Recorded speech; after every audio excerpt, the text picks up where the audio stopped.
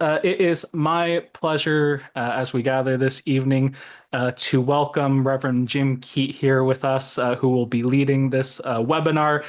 Jim is a minister of digital worship and education at the Riverside Church in New York City. He's also the director of online innovation for Convergence, which, if you're in Hudson River Presbytery, is another resource that I have recommended to folks in the past. He's also the producer of original media such as projects such as The Bible in a Minute. Again, a worthwhile checking out if you're on platforms like Instagram. The Word Made Flesh, Church of the Long Run, and more. And Jim creates resources to empower and equip churches in their digital ministry. We're going to format the time this evening where Reverend Keat is going to have time to do the workshop, the webinar, and then afterwards, we'll open it up to a time of questions as well. So if anyone has folks has questions, there'll be some time at the end to do so, or I'll let Jim decide how he wants to handle those questions. And if you're not sure you'll remember what your question is, you are also free to utilize the chat function as well. So it's my pleasure to turn it over to Reverend Jim Keat this evening. Thank you, Casey. Wonderful to see you all, to be here with you all. I know if you're anything like me, this is probably not your first Zoom call you've been on for the day, but it's always good to have one like this at the end. So grateful that you're here. Whatever is happening in your home, I see kids in some frames. I love it. I have two kids upstairs that hopefully are going to bed. We'll see if that happens by the time this call is done. My wife's managing that tonight. I get it tomorrow night. But I'm grateful to be here. A couple questions to get started to get all your fingers warmed up. So in the Zoom chat, on a scale of 1 to 10, you're going to type a number. That's all you got to do. Either 1, 2, 3, 4, 5, 6, 7, 8, 9, 10. 1 meaning I know nothing, 10 meaning I'm an expert. How would you rank your kind of digital ministry capabilities? Where would you put yourself on a 1 to 10 scale of know nothing at all to I could teach a doctorate class in the thing? Okay, well, so there you go. This is good. I got a 9 in there. All right, William, you're making me be on my game tonight. Natalie's a 10. Whoo, I love it. Donna's a 10. We got some 5s, 4s, 3s. All right, all right. Jane's a 1. Brian, look at these. We got some pros in the house. We got people who are learning to swim. I love it. I love it. Oh, well, I am grateful. If you haven't put a number in, keep them coming. It's good. No one's gonna give you a late fee or anything. It's all good. I love that we're here together. I love that we're talking and exploring these aspects of digital ministry. I'm going to share my screen. I'll probably turn it off a bit here and there so we don't just see that. If you all know, when a screen is shared, you can still kind of toggle it over if you want to make the screen smaller and my face bigger, which I don't always recommend, but just let you know you have that capability. And I'm probably going to pause a little bit throughout for spaces if there's questions. We can obviously have space at the end, but I have kind of 3 frames that we're going to kind of enter into for this conversation tonight. And after each one, I want to give a little bit of space just for a breath rather than giant monologue because I hear myself talk all the time anyway. So there will be some space. Let me share the screen, push the buttons, and we will see where this takes us. All right. So tonight we are talking about essential, not optional, why every progressive church needs digital ministry in 2025. Oh, I really believe it. I think now more than ever, and we will really unpack and explore some of that here in a minute. To get started, Casey said a lot of it, but I'll just kind of give another nuance that really looks at me in regards to digital ministry and how I got to where and why I do this kind of stuff in this moment of 2025. So the name, you see it there on screen, you see it below my face on Zoom, Reverend Jim Keat. Reverend Jim's fine. Jim is fine. Reverend Keat's fine. I'm not offended by any use or non-use of the title. It all works for me. And like you said, I kind of live in 2 worlds. One, my full-time life is as the minister of digital worship and education at the Riverside Church. And if that sounds like a made-up title, it's because we made it up. We said, how do we identify this thing that I do? I was digital minister for a few years, but we wanted to make my title sound more aligned with the other titles. And a lot of my digital work emphasizes or leans into the areas of worship and education. So we just said, let's call it that. So that's what I do at Riverside. I get to every day, every week, be trying these things out and playing in these waters. And it's always a learning curve. I'll tell you that. When you think you got it figured out, you still learn something new because people are people and ministry is ministry. And we're going to explore some of that. And then, as Casey said, I'm also the director of innovation. I don't even know my title there. Online innovation at Convergence, which helps make resources and things for churches. In my mind, I like to think of this as at Convergence, I get to help make resources for other people like you all. And then at Riverside, I get to use the resources myself. So I like making the toys and playing with the toys. It's a lot of fun, which also means when I share ideas, it usually means it's something I've tried and failed at and improved on to figure out how it works or why it doesn't work. So tonight we're going to talk about three kind of areas of this when we think about why digital ministry is essential, especially in 2025. The first is just digital ministry is not an option, flat out. That's kind of where the title comes from. We'll spend a bit of time with this one. And I think this is one of the most essential things to just lean into and explore. And there's two reasons for this. We'll get to that in a second. But the second piece is going to be a theology of digital ministry. This is not just your tech person at a church. This is not just the person who knows how to make Zoom and the cameras work. There is, I think, a theological underpinning to this work, and it's the ministry side of digital ministry. It's not just the digital side. And then third, there's no such thing as digital ministry. Uh-oh, I'm losing my own job for that one. That's where we're going to land for this bit. But first, I want to just walk back. How did I get to what I do and how I do these kinds of things? So we need to go back to 1983.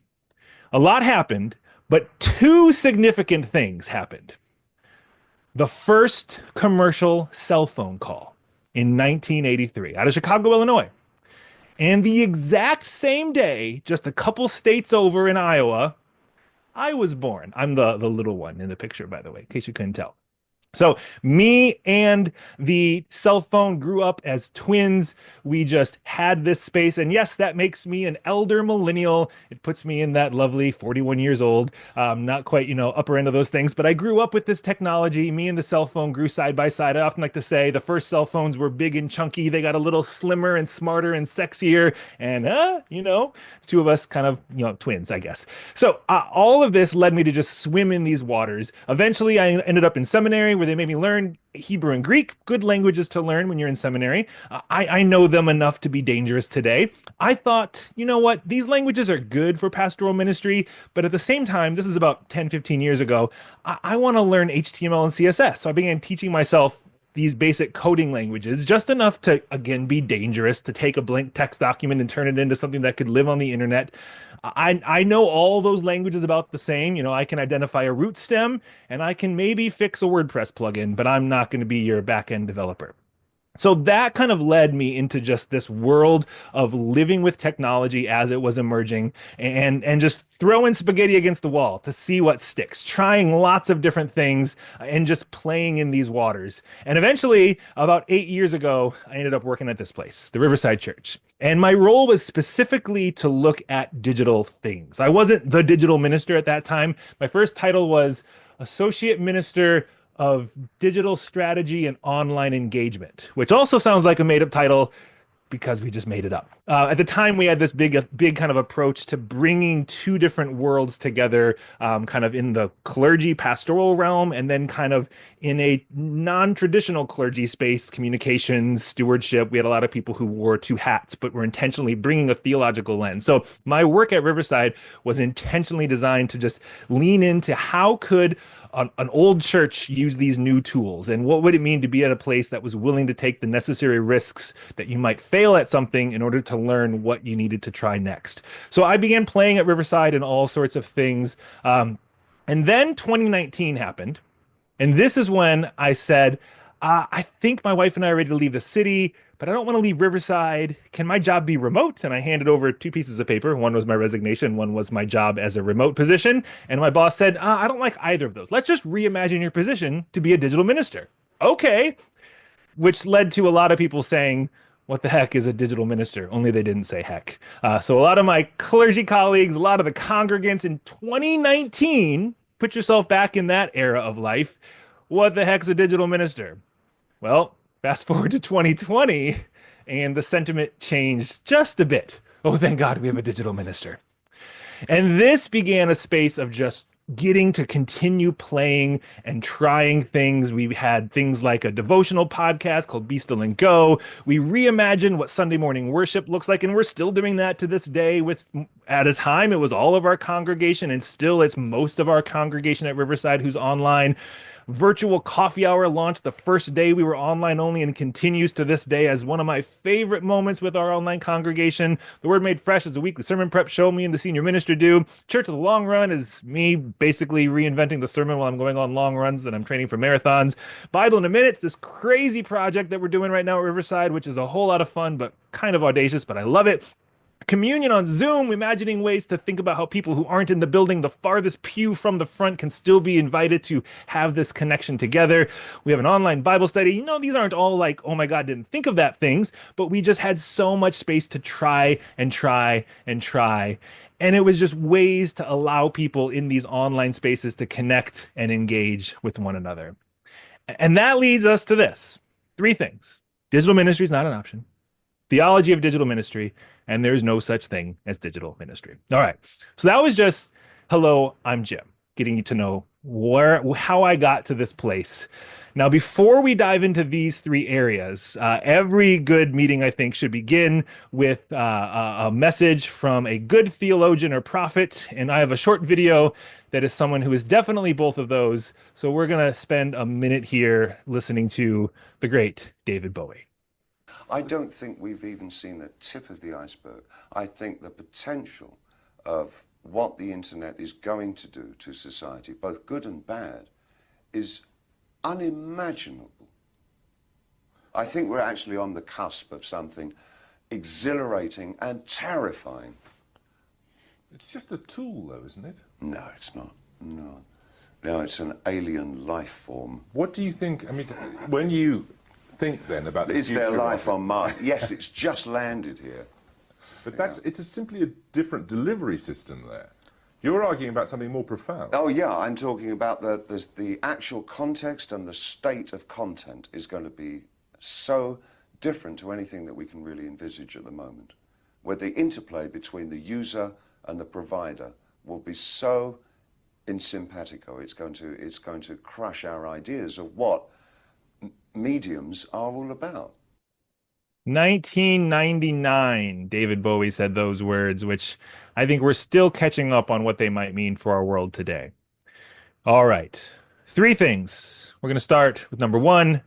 Digital ministry is not an option. So I'm going to talk a bit about this, then we'll pause, have space to questions, comments, anything that we want to reflect on further. Use the chat as needed. I will probably be ignoring it for the first moment while I'm talking. I'm horrible at multitasking, but I will take us through a few bits with this here. So we're going to start with a bit of a timeline. Here's 600 years in front of you.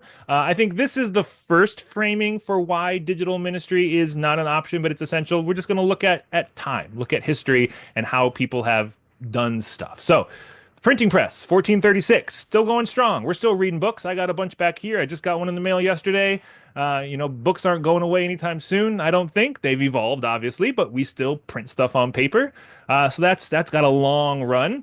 And then, took us a little while, but 1910, the radio. Now we're communicating in a different way, telling stories, this audio format. Shortly after that, the television pops up, 1933. Now we've got moving pictures and everyone's staring at it in their room and getting headaches from being too close to the screen and sending the little brother to go change the channel and all those things. 1970, the personal computer makes a debut. This is pre-internet, or at least pre-public access to the internet. There was early versions of the internet at the time, obviously, but it wasn't until the 1983. Oh, there's that date again. First commercial cell phone. Cell phones began being developed in the 70s, but the first commercial one started in 83. I think it's good to note, when did this become a public phenomenon with all these dates here? Going a little further, 1990, the internet becomes a public experience, the World Wide Web, this thing that feels like it's been here forever. It's barely been here for a blip. The iPhone, 2007, come on, that's like yesterday, it feels like. It's just around the corner. And this is where we are, this line. This is the moment in time we find ourselves in.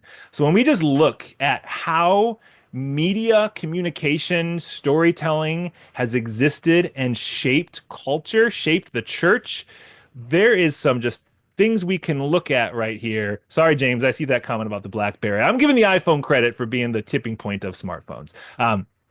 There's a lot going on. We had 500 years where it was just things on paper, so books, newspapers, that was the mode of how things were shared. And then this rapid explosion, radio, TV, that's a good chunk of time. But then boom, once these, computers and cell phones things came around, the internet was apparently not a fad, and our biology can't keep up with the evolution of our technology. So we are just continuing to be in this rapid pace. And really, when I look at a timeline like this, we could spend a whole hour just exploring this and the ramifications and, where are we actually? Yet where do we put ourselves when it comes to how we operate and think about things like church and worship and how we organize ourselves? We're probably not always where that line is, but there's two dates that really stand out to me.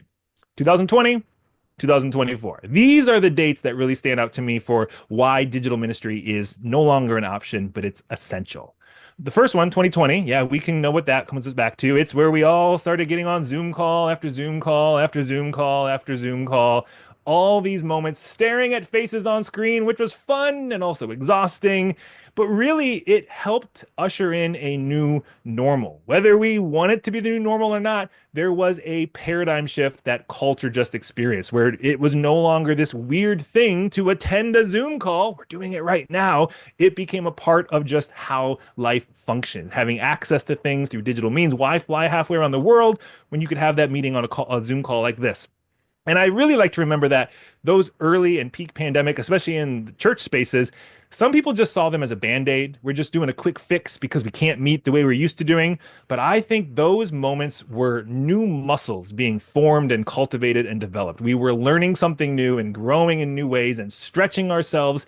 And sadly, if you stop using your new muscles, they will have some attrition to them, but you still can get back in. I'm finally getting into strength training into my running life. It's very hard, but I did it twice this week. But the pandemic, I think, was a moment to have these new muscles cultivated and stretched, and we need them still today. Digital ministry is essential because the world has changed. The world has been changing. That's nothing new, but I think the entire world caught up to the ways in which online spaces allow for authentic communication. I remember I was at a conference 20 years ago, and back when we tweeted things, before that was a whole other thing. I tweeted, virtual is not the opposite of physical. No, how did I say it? Virtual is not the opposite of real. It's the opposite of physical. They're both real. That's it. Because we all have to think that, a virtual thing is less real than the physical thing. But I think, especially from 2020 on, we all became noticing that these virtual connections are just as real, maybe even more real. I had congregants at Riverside saying it wasn't until the pandemic that I felt connected to my congregation because I lived across the river and I'm 75 years old and I can't drive anymore. So I haven't been to church in 8 years, but now I'm here every week and I see names and faces and glimpses into your house. And that just allows for conscious and unconscious connections that we didn't have when we're putting on our Sunday bests and forgetting names at coffee hour. So the world has changed. We're at a new point, and it makes the question, well, where actually are we on this timeline? Sometimes our churches are living here. We're still stuck in the printing press age. It's got to be on paper or it's not real. Sometimes we're here and we're really good at the television and that's a whole generation that lived, and some of you might be on this call where your life was formative years were in that era of television becoming the new commodity, the new technology. And a lot of our churches, I think, got really comfortable in that space. But it was this space where we find ourselves, I think pre-pandemic, we didn't know the full potential or what to do with the internet. We only saw it being used by corporations to perpetuate their capitalism. We didn't always know the potential of it. And now we have a glimpse of it. And so are we in this space, or could we actually be here? What's coming next? There was a whole lot of talk about what's it mean to be a 21st century church. When do we start talking about being a 22nd century church? It's not that far away. We should probably have that in our eyes as well. So one reason why digital ministry is essential is because the world has just shifted and changed. It always is changing, and the church has always changed too. We can't help but change. Are we trying to live back in some mythical past that we want to get back to, or can we actually live where we are and maybe even where we are going? The world is different. This isn't a matter of trying to convince someone. It's saying this is just how people live. At Riverside, most of our congregants are not in the room on a Sunday morning. So if the preacher spends all their time looking at the people sitting in the pews, they are ignoring a majority of the congregation. I know that's not true in every context, but it's good to know where are your people and how are you being present with your people. More on that a little bit later. So that's part one of why it's essential. Part two is, well, 2024. This is what's really lit a new, a impulse for me and why digital ministry is even more essential. It's no longer just the world has changed. We need to be able to connect with people in all the spaces. Yes, that's always been what ministry is. But now we live in a world, especially for progressive churches. This is where I think the angle we bring, we saw it just the other day at the Washington National Cathedral when there was a sermon preached with a certain person in the front row. The world is at a different moment. And so the voice and the message that progressive faith communities bring, I think, is even more essential this time around. We felt this maybe in 2016, but I think it's even more heightened after we've seen the rise of Christian nationalism become a saturated reality and too much of a normal in Christian spaces. What does it mean then in our spaces? So there's a couple maps. You've seen these before. This isn't my favorite map to look at to show my political biases, but this is the reality. This is a snapshot of what happened just months ago. I'm there in Michigan, by the way. So, yep, sorry about that. But all of us, maybe you in the Hudson River, you get to sit in a nice little blue state there. But the reality is, here's the next one. This is the change from 2020 to 24, a shift in the margin of the raw votes. Yeah, we saw some moves towards, and this again is political values, doesn't tell us everything about theological ideologies, but it's a way to understand just where our current American culture is. There's a lot of red on this map. And that tells me people who are living in these spaces that are continuing to rise in their conservative values, whether it's political, which often pairs with theological, the two are an interesting symbiotic relationship. How does someone who is living in a conservative context or city, but is feeling this impulse towards progressive values, where can they go? Where can they look to? I'm in a small conservative town here in Michigan. There are no progressive churches where I live. My house is one of 3 houses with a pride flag. How do we show up when we're in these spaces? And what if someone in my town is looking for a progressive community? Where do they go? That is one of the reasons why I think digital ministry is essential, because it allows us to say these things we're saying all the time. Bishop Budd's sermon was nothing new that she'd never preached before, but at this moment, those words I think are needed more than ever. And yes, preach them in your pulpits, but find ways to reimagine preaching, reimagine what it means for discipleship and faith formation to happen so that people who are in these red specks can have it too. And I think this isn't just abstract thought. I think of Robert and Selena, which are 2 people I know. Robert is about 87 years old. Selena is about 27 years old. Robert lives in Kentucky in the middle of a conservative, everything, and he has no space for a community there that holds progressive values, theological or political. Robert and I text every week and have a phone call every month, and he joins Riverside's live stream every single Sunday because he is desperate for a progressive faith community that can be present with him as he's navigating this world. Selena lives in Northern California. So California, hey, good blue state, but she's still in her context in her town, can't find a progressive community that connects with her as a queer person and the values she holds. So she's a member. She joined Riverside from California and she still lives there. She's never been in the building. But what does it mean to have ways that your ministry can reach people who can't come to your building, who aren't in your progressive environment or neighborhood, but they desperately need it? It can literally save lives. That's always been true. But I feel like given the climate we're seeing, there is even more at stake than ever before. So that is my initial rant on why I think digital ministry is not an option. It's something we must be doing, simply to recognize that the pew in the back of your church is no longer the back row, that we need to reimagine ways in which people can connect and engage, because it can literally save someone's life and reshape how they exist in this world. All right, I'm going to pause there to catch my own breath, stop sharing so we can see one another more easily, and see if there's any questions, comments on this bit for us to talk, reflect on, anything you want me to unpack further, or just questions or comments in general.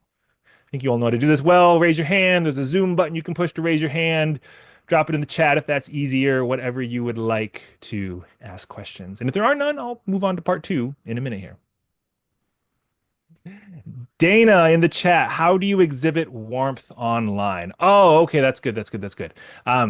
I think to me, there's lots of ways. I think the first is just to don't try to be someone that you're not, which I think is similar to how do you exhibit warmth on site? How do you exhibit warmth when you're in the room? I mean, people can put on a persona or they can be their authentic self. I think the thing I'm going to probably repeat a lot in any questions is the way we think about ministry in physical spaces translates to these digital spaces, being authentic in there. So show up as your authentic self.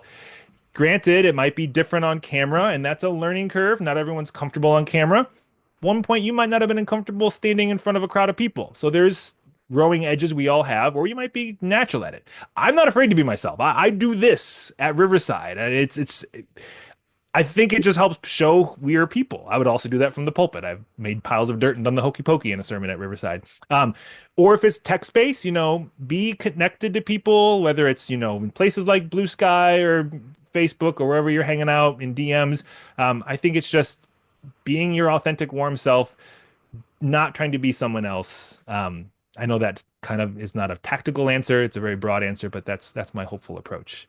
And you might not get it right the first time, just like you didn't get it right the first time you preached a sermon. James, we actually see a camera in the pew so that the online audience feels that they're part of the in-person congregation. I love it. Oh, I love that. I love that. I love that. We have schemed and conspired, but haven't gotten there at Riverside to have that. We have a multi-camera setup, but we don't have one front and center, which I keep pushing for, but they're like, fire code, we need the aisle clear. I'm like, the National Cathedral does it. They have like a camera in the middle of their aisle, which I think is good. I think it used to be pre-pandemic, any churches that live streamed, the trend was cameras are small and out of sight, so no one notices them. And it's this like going to church online was peeking in through the windows and watching church happen. And everyone in the room is the real church. And so we're the real show. Now I think it's like, no, show the camera, because it represents potentially so many people who are having the experience. And if the person up front, we found this at Riverside. We were online only for over a year, 18 months. And then the first Sunday we had human bodies back in the pews, even though it was like 30 people. We did like some trial runs with just like lay leaders there. The preacher looked at the 30 people rather than the 700 people online. So I was like, oh, come on, Michael. And that's constantly learning. We're hardwired to look at faces. So having the camera be visible is helpful for that reminder for the preacher, for the worship leader, and for the congregation. Lots of good things there. Lots of good things. Robin, is the intention to develop a separate online broader worshiping community or integrate with the in-person community? Do we want to draw the online community into our sanctuaries? It's a good question. There's lots of different strategies you could take, I think, and goals you could have. I think there's not going to be a one-size-fits-all answer to that. I remember talking with Bruce Reyes-Chow. He's a Presbyterian, like you all. He used language of early pandemic. It's easy to replicate our liturgies for online spaces, but what does it mean to reimagine our liturgies for these online spaces? And I think when I first misquoted him, I said, it's easy to regurgitate our liturgies for online spaces instead of replicate, which is still true. But I think so it's one thing to just take what we do in the room and do it online, but then what does it mean to reimagine that for these online spaces? So, what would it mean to reimagine preaching? What would it mean to reimagine justice work and community and faith formation for these online spaces? Some of that's kind of the stuff I've been constantly playing with. Like I look at this Bible in a Minute project as, what does it mean to reimagine preaching for people who live in 60-second sound bites as they're swiping on their phone? I don't think the old stuff's going away, but we need to have space for the new stuff. So are we trying to create two communities? I'm not always a fan of that. I like it being one community, but how do we have intentional experiences? Or how do we recognize who are we privileging first or who's being left out? Chances are most of the ways we design Sunday morning worship are for the people in the physical space. I'm telling you, a processional hymn is an in-person experience. You get to hear the choir moving through the space. Online, it's usually just an organ solo. That's all you're hearing until the choir gets to the front. And I have said that at least once a month to our team at Riverside. Like, oh, we're going to get better microphones. that kind of answers your question, Robin, but it touches at it. But I think we could do a whole hour just on that. And I think we'll get on some of that as I keep going a little further. James, we at South Salem Presbyterian bring the online in with the in-person community. We also try to acknowledge their comments online so they feel like they are with us. Absolutely, absolutely. And this is a whole bucket of just like, how do we make that moment on Sunday feel like a connected experience? We do that at Riverside too. We always start our welcome with a question that's connected to kind of the theme of the day, that's specifically for the online congregation to respond to in the chat. Everyone can think about it, but they're typing away, and then we capture those and we pass those on to someone who's leading the passing of the peace. So at the passing of the peace, they say, today we're passing the peace, not only in the room, but as far as, and they list off all the states and countries that people are joining from, because we've asked people where they're joining from, and then we pass that along. And then to get people back to their seats, we say, as you're returning to your seats, hint, hint, sit down. Here are a few responses to the question we asked and we share. And that's intentional to bring these anonymous people present into the space. So, when Bob in Kentucky hears we have people worshiping in Kentucky, he feels seen and heard and centered in the space. These are just little things we're trying with, but I'm all about that kind of shared experience. Whether you have half your congregation online or 15% or 5, whatever, there's ways you can just be aware of people there. Or the reality is, in the world we live in today, yes, there's something about being in that moment together. But if your stuff is online and available, chances are people are watching that and experiencing that far after the fact as well. And if they're not, there are ways you could capitalize and optimize things for places like YouTube, which again, whole other conversation. So, good. I could ramble way too long on all these comments and questions. So we're gonna pick back up in part 2, and there'll be another pause. Questions are all welcome, but I just want to reiterate one more time, in this moment we're in, yes, there's the tacticals, there's the how do we do it, but I think however you do it, it is essential in this moment, not only for the culture shift that's been present. I've been ranting and raving about digital ministry since pre-pandemic, and especially during the pandemic, we were all like, how do I swim in these waters?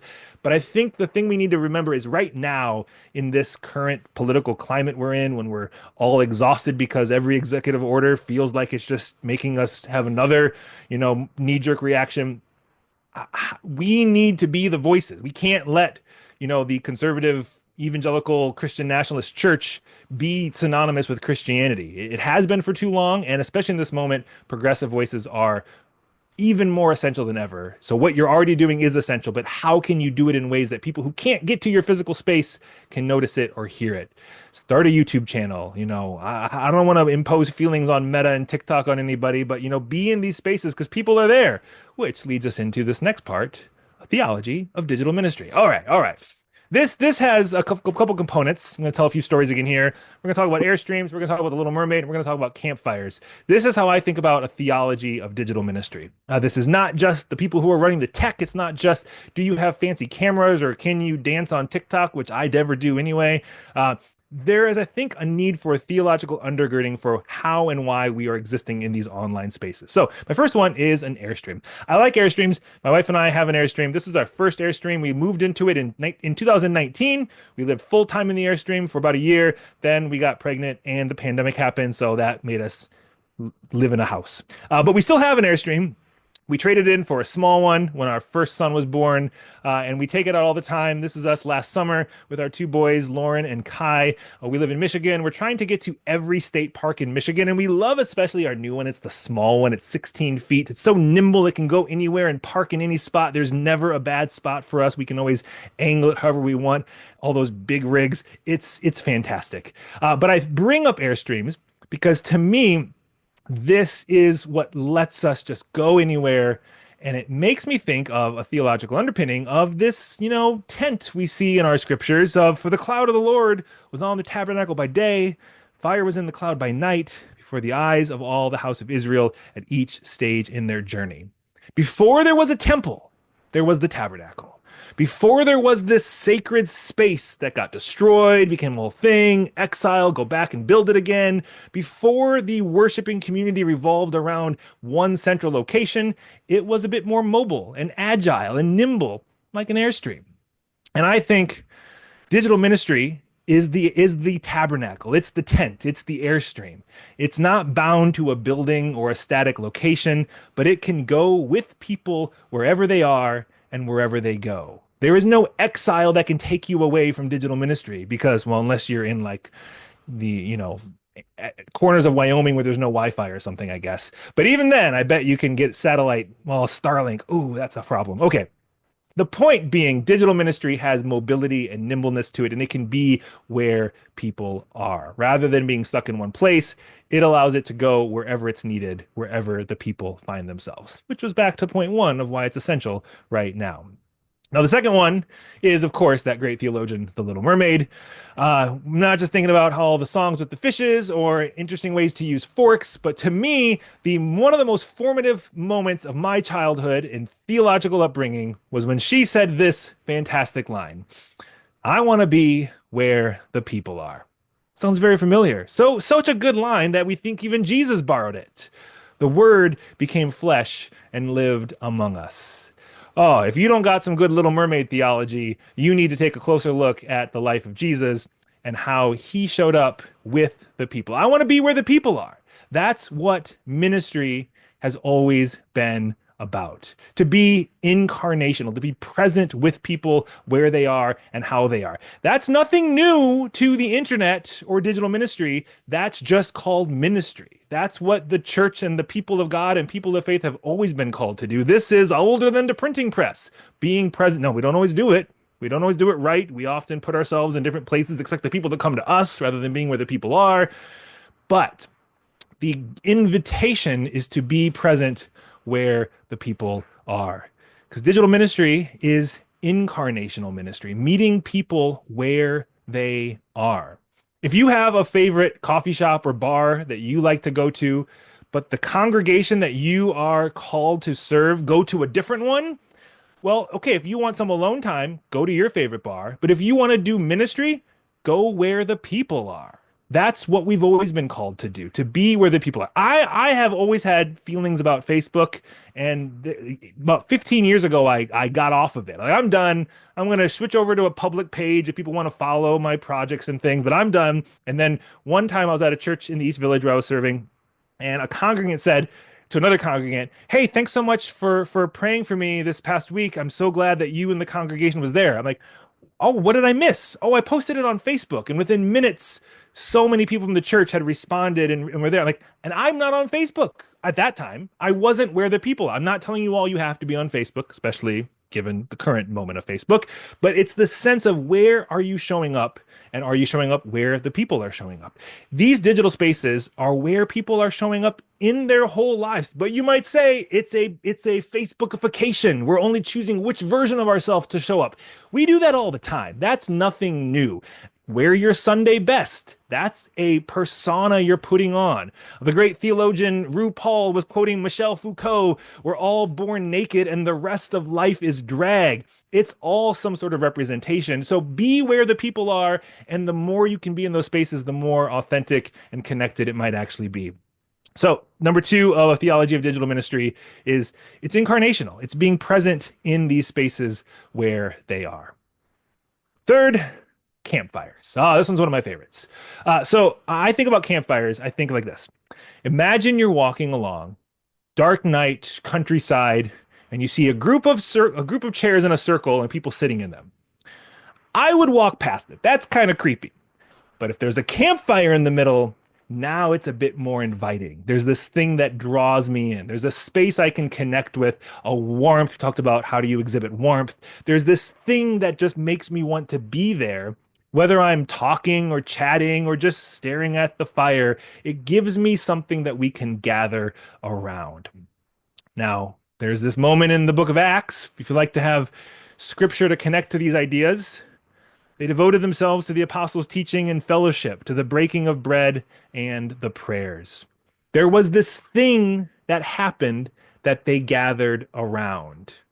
When I think of digital ministry, I often think of making these digital campfires, creating these moments that people can then lean in and find that connection that they needed, whether it's just to stare at the flames or to chat with the person who they find sitting next to them, maybe an old friend or a new one. Digital ministry, typo, creates spaces for people to gather and reflect, to grow and connect. It's not just about trying to be the next big YouTuber or TikToker or Mr. Beast or whatever. It's about creating these spaces so we can have these moments. Let's be honest. That's a lot of times what church has always been. It's a space for us to just come together. It's an excuse to have something in common. Communion's a good example of that, having something in common so we can do the work of connecting with one another to deepen our relationships and the impact we can have on our lives and the world. So it's not just, can you make the next slick video? How does the content foster community and the connection we make? How is it something we can share and have in common? So that's what I think about with a theology of digital ministry. Airstreams, The Little Mermaid, and campfires. All right, we're going to pause again here before we go to our third and final bit. Questions, comments, snide remarks. James is asking for a copy of the slides. Absolutely. I'll send them to Casey. He can make them all in all the spaces for you. I'm all about giving stuff away. How do you share the Zoom link? My church is weary of Zoom bombs. Does that still happen? All right, good question. Yeah, that's a technical question. It does still happen rarely. It used to be a thing. Zoom made a lot of security. The reason it initially happened, just from a technical aspect, was because before Zoom had all the securities put in, you could just type in the 6-digit number for a Zoom meeting and join any random Zoom meeting. And so when we were all on Zoom meetings, there was an easy way to find one and join one. Obviously, waiting rooms and passcodes help with some of that. One thing I always recommend at Riverside and to others is to never directly share a Zoom link to join, especially in a space that you don't know how it can be reshared. So like, don't put the Zoom link to your thing on Facebook where it could then get shared and you don't know who's seeing it and they just one click and they're in. Instead, share a link to your church website that has the Zoom link on it. It just makes it a second click. It means that someone has to do a little, it's not foolproof, but if you still like, so for our virtual coffee hour on Sunday, it's on Zoom. The Zoom link is on our church website. And we tell people, go to trcnyc.org/virtual coffee hour. And the link is there. And they click it and they're in. And I'm always on, or another clergy, and we kind of have a waiting room and we can moderate that. But for other classes that are even more public facing, especially if it's potentially could incite people with different opinions, doing a thing on LGBTQ theology or celebration or inclusion or, women in ministry. People have opinions. For those, we have to set up registrations. So there's just even another layer. And often the Zoom bombers don't want to go through the process of having to register for your class, check their email, and then join. If they do, they're doing a lot of work. But that's a rare thing. Most of the time, Zoom bombing happens if the link just happened to be shared beyond your confines or controls. So like your presbytery meetings, just email the presbytery the Zoom link, and you're not going to be putting it in a public place. So Zoom bombing is not really a threat in that situation.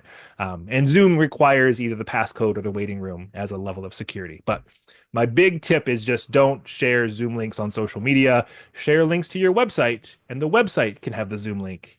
Or share the link to the registration, and then it becomes a process. So yeah, and then there are many venues used, not just Zoom, but the same process, same principle applies. The Zoom bombing, meeting bombing happens when it's a one click, I'm in the door, rather than there was a front door I had to get in first. Like you're going to get a lot more hecklers if you're on the street corner than if you're in the room tucked away in your church, because it takes more work to get in. Good. And Scott's got some good comments in there about redirects. That's great. That's great. Others, questions. It can be this tactical stuff. I'm happy to go there. It can be questions about theology of digital ministry. I always love pontificating theological, because that's the thing. You got to learn the technical, the tactical. How do I avoid Zoom bombing? That's an essential baseline for functioning, but don't stop there. Think theologically about what's happening in these spaces and how community can happen and what's missing and what's gained and what's lost and how does this impact us? What's the ecclesiology of Zoom, or whatever, insert your meeting platform of choice there.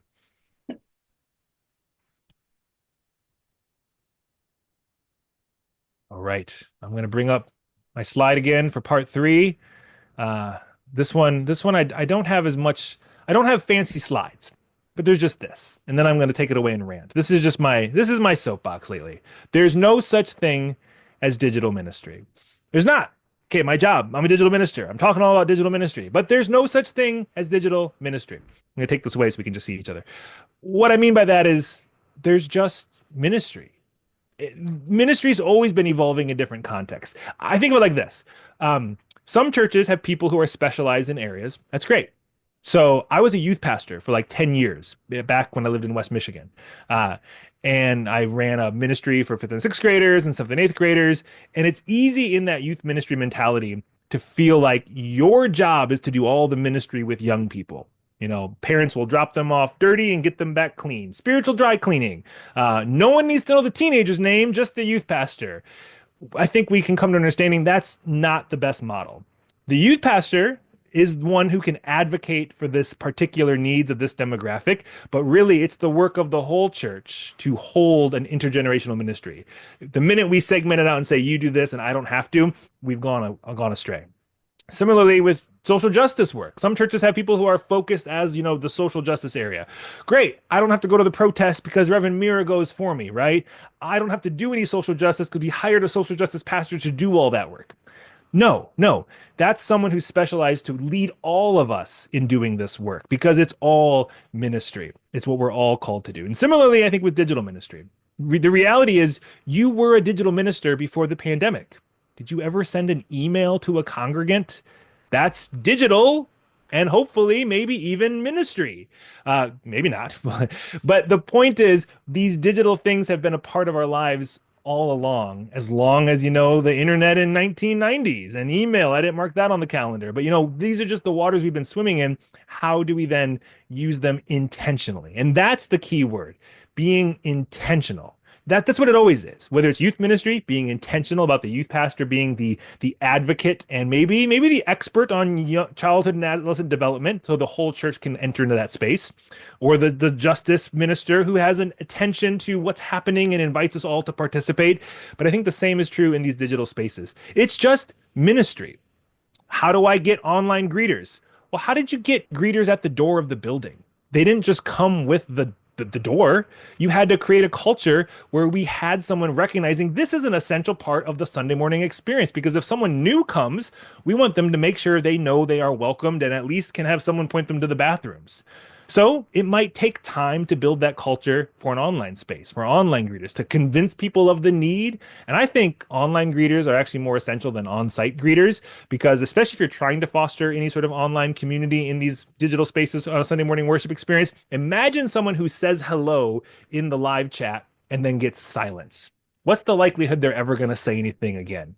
But if they say hello and someone says, "Hey, Frank, it's great to see you here. Is this your first time with us?" That already communicates warmth and connection and all the things we want our churches to do. But it's nothing new. It's just what ministry's always been. I'm finding more and more and more the ways in which I lean into digital ministry is just ministry in the world as it is. It's trying to be present in this slice rather than the one from a couple decades or generations ago, which can be hard because we're often most comfortable in the formative experiences we had. A lot of churches want to go back and live in that print era or broadcast era. But the online era has been here and the world has shifted. And if your ministry is not intentional about these spaces, you are just ignoring the needs of the people you're called to serve, which again has always been a reality. Churches and pastors have always loved to live in their blinders view. But I like to think you can hire a digital minister, but the goal is that we all hold digital ministry. We all share this together. It's not something that needs to just be outsourced and the senior minister gets to preach their sermons. No, we all have to have an awareness of how this impacts everything we do. So that's my third rant on there's no such thing as digital ministry, because it's just ministry. If your congregation has any sort of digital device, if they check email, if they are on any internet platform and you are not present with them, how are you showing up in the call to ministry you've always had? Or how are you already using digital things? What's your church's email like? A lot of churches have an email, What's in it? Is it just a bulletin board with information and events? Come to this, don't forget this. You're missing an opportunity for ministry. What if that email began with just a reflection in a moment and something for us to just be present in this, hot mess world we continue to find ourselves in? How can you even use the things you've already been using, but just be intentional about the ministry side? I have one friend who says there's a clear difference between marketing and ministry. A lot of times the church has used digital things for marketing, but we haven't always understood how to use them for ministry. So that's the invitation, to recognize you've already been swimming in these digital waters. Now just use the ministerial skills that you have and bring them to this context, because there's no such thing as digital ministry.